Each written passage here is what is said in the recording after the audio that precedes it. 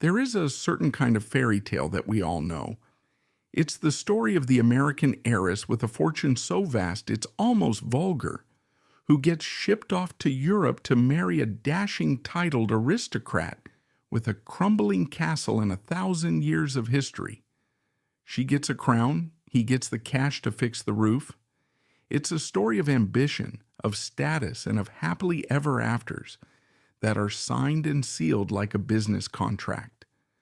But what happens when the princess decides she doesn't want the fairy tale? What happens when she rips up the storybook, tosses the crown in the mud, and runs off with the hired help?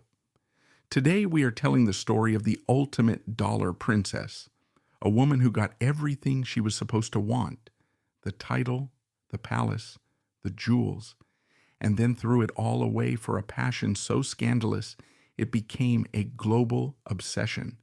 She was a princess who became a showgirl, an icon who became an outcast, and a woman who dared to ask if a life of passion was worth more than a life of position. This is the spectacular, scandalous, and surprisingly modern story of Clara Ward. To understand Clara Ward, you have to picture the raw, supercharged energy of America's Gilded Age. This was the late 19th century, a time when staggering fortunes were being forged overnight in steel, timber, and railroads. A new class of American millionaires was emerging, men who had built empires from scratch and now had more money than they knew what to do with.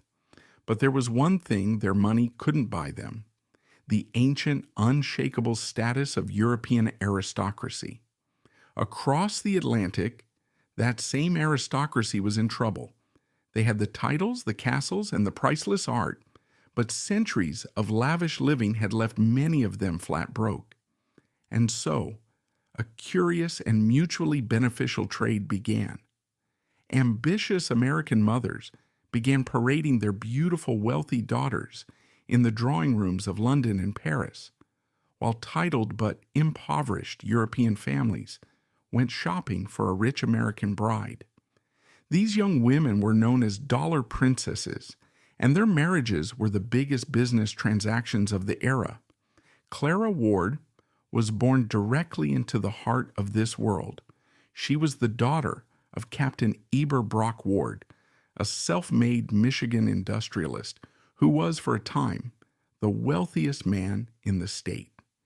He was a classic Gilded Age tycoon, rough, brilliant, and enormously rich. Clara grew up in a world of dizzying new money, a world that was lavish and luxurious but lacked the polish and tradition of the old East Coast elite. It was a world that taught her that anything could be bought and that the best thing to buy was a ticket into a higher social stratum. When her father died, she was left an orphan with a massive inheritance, making her one of the most eligible and vulnerable heiresses in America. Clara Ward's entry into the European marriage market was swift and spectacular. Guided by her ambitious mother, she was presented to the high society of London and Paris. At just 16 years old, with her stunning beauty and her formidable fortune, she caught the eye of Prince Marie-Joseph de Caraman-Chimay of Belgium.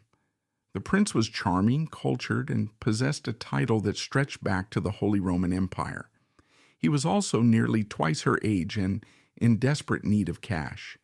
It was a perfect match, at least on paper. They were married in Paris in 1890.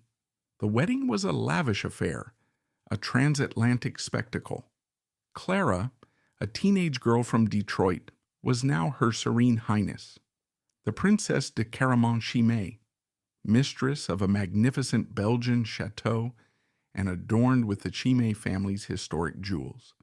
She had officially made it. She was the star of the most successful fairy tale any dollar princess could have imagined. For a time, she played the part to perfection. She was a celebrated beauty, admired by high society, and even caught the wandering eye of the notorious King Leopold II of Belgium, who was famously infatuated with her. She gave the prince what he needed: an heir, a daughter, and the funds to maintain his lavish lifestyle. But beneath the glittering surface, the fairy tale was beginning to feel like a gilded cage. The prince was reportedly a cold and controlling husband, and the rigid etiquette of European court life was stifling for a young woman with a vibrant and perhaps reckless spirit. She was surrounded by priceless objects and ancient traditions, but starved of genuine passion and excitement. Then one night in 1896, everything changed. The prince and princess were dining at a fashionable Parisian restaurant when the orchestra began to play. The music was electrifying, a wild, passionate sound that was a world away from the stuffy waltzes of the ballroom. The man playing the violin was Risqué, a famous Romani bandleader from Hungary. He was dark, handsome, and played with a raw, untamed energy that mesmerized the young princess. Their eyes met across the crowded room, and in that moment, a spark was lit that would soon become an inferno. They began a secret, torrid affair. Rigo would send her passionate letters, and they would arrange clandestine meetings. For Clara, this was not just a fling, it was an awakening. Rigo represented everything her life as a princess was not: freedom, spontaneity, and a fiery, unapologetic passion. In late 1896, she made a decision that would scandalize the world. She abandoned her husband, her title, her status, and, most shockingly of all, her 2 young children, and ran away with the Hungarian violinist. The fairy tale was over. The scandal was just beginning. The story of a Belgian princess running off with a Romani musician was the kind of sensational news that the new high-speed mass circulation newspapers of the day were built for. This wasn't just gossip. It was a perfect storm of class, sex, and rebellion that hit every note for a public fascinated by the lives of the wealthy and the scandalous. It had royalty, new American money, a beautiful princess, and a dark, handsome foreigner who represented a wild, untamed world. It was a real-life morality play unfolding in daily installments, made possible by the telegraph, which flashed updates from Paris and Budapest to breakfast tables in London and New York. It became an international scandal, with reporters breathlessly tracking the couple's every move as they traveled across Europe, staying in the most lavish hotels and spending Clara's fortune with a defiant, almost theatrical abandon. They weren't hiding. They were performing their love affair on a continental stage, and the world could not look away. For Clara, this was a period of intoxicating freedom. Imagine the release. After years spent in the cold, formal halls of a Belgian chateau, bound by the rigid etiquette of a royal court and the even tighter constraints of a corset, she had traded that life for one of vibrant, chaotic, and emotionally charged liberty. The life with Rigo was a whirlwind of music, of late-night cafes, of passionate arguments, and equally passionate reconciliations. It was a life lived in the moment, a world away from the suffocating, predictable rhythm of her aristocratic existence. But this freedom came at an unimaginable price. The society that had once celebrated her beauty and her fortune now viciously condemned her. Former friends would literally cross the street to avoid her. She was blacklisted from every respectable home in Europe. She was branded a disgrace, an adulteress, and, worst of all, an unnatural mother who had abandoned her children. The legal and social fallout was swift and brutal. The Prince de Chimay, a man whose identity was built on centuries of honor and lineage, was publicly and profoundly humiliated. His swift action was not just about ending the marriage. It was about salvaging his name and erasing the stain of this scandal. He immediately filed for divorce. In a move that highlights the absolute power dynamics of the era, he was granted full custody of their 2 children, a son and a daughter. In the eyes of the law in the 1890s, An adulterous woman, particularly one who had abandoned her home, had no rights. There was no battle. It was a foregone conclusion. Clara would have virtually no contact with them for the rest of her life. This was the deepest and most painful wound of her rebellion, a wound that would never truly heal. While she had chosen passion for herself, the cost was the loss of her children, a sacrifice that is almost impossible for us to comprehend today. It's the heartbreaking central question of her story. In the intoxicating rush of newfound love and freedom, did she truly understand the finality of her choice? Or did she naively believe she could have it all? The stark reality that her personal liberation meant a permanent separation from her own flesh and blood was a brutal price to pay, and it would cast a long, tragic shadow over the rest of her adventurous life. She and Rigaud eventually married, but their life together was not the carefree, endless romance she might have imagined. The initial intoxicating passion that had driven them together now had to survive the harsh realities of day-to-day life. They were social outcasts, pariahs, in the very cities where they had once been celebrated. The constant public scrutiny, the whispers, and the stares began to take their toll. Clara's once vast fortune, which had seemed limitless, began to dwindle at an alarming rate under the combined weight of their extravagant lifestyle and Rigaud's insatiable appetite for gambling. The pressure was immense. The woman who had been a princess, who had never had to think about money, who was surrounded by servants and limitless luxury, now had to worry about paying the hotel bills. The fiery passion that had burned so brightly was now being smothered by a mountain of debt and social isolation. Faced with financial ruin, Clara did something that was, in its own way, even more shocking than running away from her husband. She decided to go to work, but she didn't get a respectable job. She decided to monetize the one thing she had left in abundance, her notoriety. She made her debut on the stage of the Folies Bergère in Paris, one of the most famous and risqué music halls in the world. This wasn't just any theater. It was the epicenter of Parisian nightlife, a place of dazzling spectacle and moral ambiguity, where aristocrats went to slum it, and the demi-monde reigned supreme. For a princess, even a former one, to appear on its stage was unthinkable. Her act was called poses plastiques, or living pictures. Under the bright, unforgiving gaslights, dressed in a sheer, flesh-colored bodysuit that left little to the imagination, she would pose, often nearly nude, recreating famous classical paintings and sculptures on a revolving stage. One moment she was Ingres's Grande Odalisque, the next she might be Venus rising from the sea. It was a form of high-class burlesque, cleverly cloaked in the respectability of art, and it was an absolute sensation. The world was scandalized and fascinated in equal measure. A real-life princess bearing, almost, all on a public stage for money. Her ex-husband was mortified. King Leopold II of Belgium was reportedly furious that a woman who had once held a title connected to his country was now a music hall attraction. It was the ultimate downfall in the eyes of society, but for Clara, it was an act of incredible audacity. She was taking control of her own image, using the scandal that had defined her to build a new and surprisingly successful career. She became one of the most famous and highly paid performers of her day, a scandalous princess who had transformed herself into a self-made showgirl.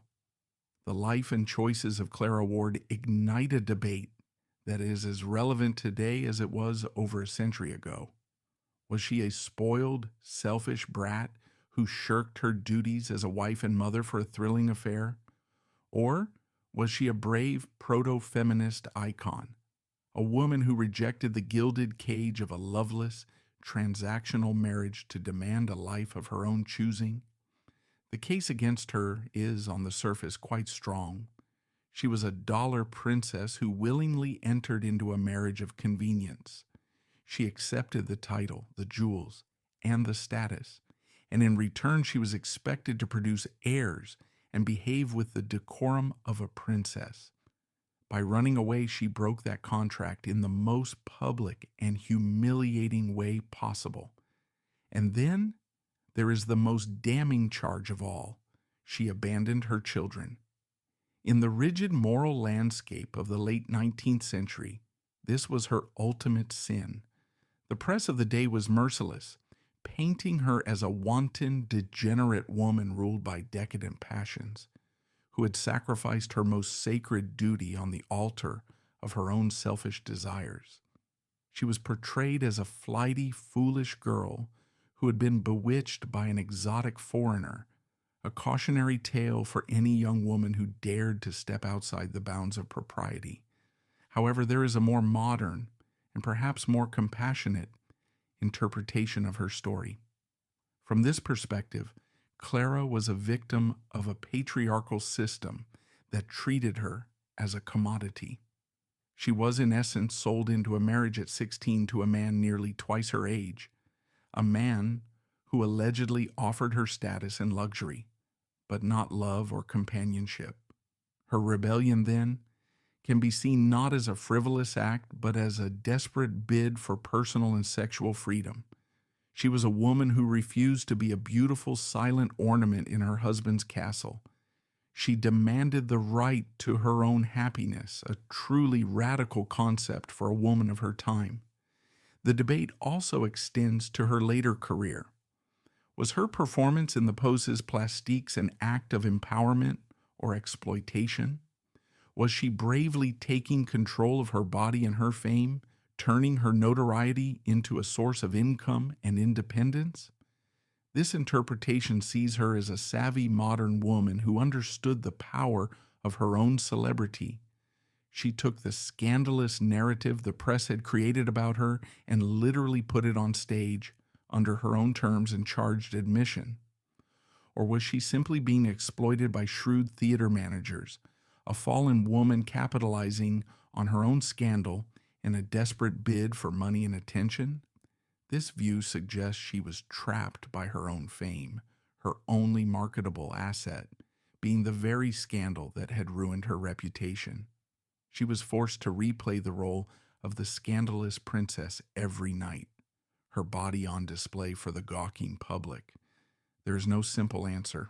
Her act was undeniably risqué and played directly into the public's salacious interest in her story, but it was also her own. She was the star, the producer, and the main attraction. In an era with almost no respectable career options for a divorced woman, she forged her own path, blurring the lines between aristocrat and entertainer, and challenging the rigid class structures of her day. Clara Ward's life forces us to question our own judgments, to ask whether she was a fallen angel or a woman who simply learned to fly on her own terms. Clara Ward's spectacular fall from grace had consequences that rippled across the worlds of high society, media, and even popular culture. Her scandal was one of the very first to become a truly global media event. Fueled by the telegraph and the rise of mass circulation newspapers, the story of the runaway princess was headline news from New York to Budapest. She became a new kind of celebrity, famous not for her title or her accomplishments, but for the sheer audacity of her personal life. Her story set a template for the public's insatiable appetite for scandals involving the rich and famous. She also became a powerful, if controversial, symbol of the new woman who was emerging at the turn of the century. She was a woman who defied convention, who prioritized her own personal and sexual fulfillment over her prescribed social role. To conservative society, she was a terrifying cautionary tale of what could happen if women were given too much freedom and money. But to others, particularly those in more bohemian and artistic circles, she was a figure of admiration, a woman who had the courage to live authentically, no matter the cost. She inadvertently became a pioneer of a new kind of female identity, one that was self-determined and unapologetically passionate. Her story also served to expose the hypocrisy and emptiness at the heart of the dollar princess phenomenon. These marriages were presented to the world as glamorous fairy tales, but Clara's story ripped back the curtain to reveal the cold, transactional reality. She showed that a title and a castle could not guarantee happiness, and her rebellion sent a shockwave through the aristocratic marriage market on both sides of the Atlantic. And then there is her most charming and enduring legacy, a sweet footnote to a scandalous life. In her honor, a baker in Budapest created a rich chocolate cream pastry to commemorate her famous affair with Rigo Janci. It's a decadent layered cube of chocolate sponge and chocolate mousse, glazed with dark chocolate. It's called the Rigo Janci. That this delicious pastry, still popular in Hungary today, is the lasting monument to their love, is a perfect, sweet irony. It's a tangible piece of their story, a reminder that even the most scandalous love affair can leave behind something of enduring pleasure. In the end, Clara Ward's life was a whirlwind of dazzling highs and devastating lows. She was the Detroit heiress who became a Belgian princess, the princess who became a scandalous runaway, and the runaway who became a music hall star. Her story is a dizzying, complicated, and utterly human one. She was not a simple villain or a flawless heroine. She was a woman born into a gilded cage who, for a brief fiery moment, chose to fly free. Her flight was not without turbulence.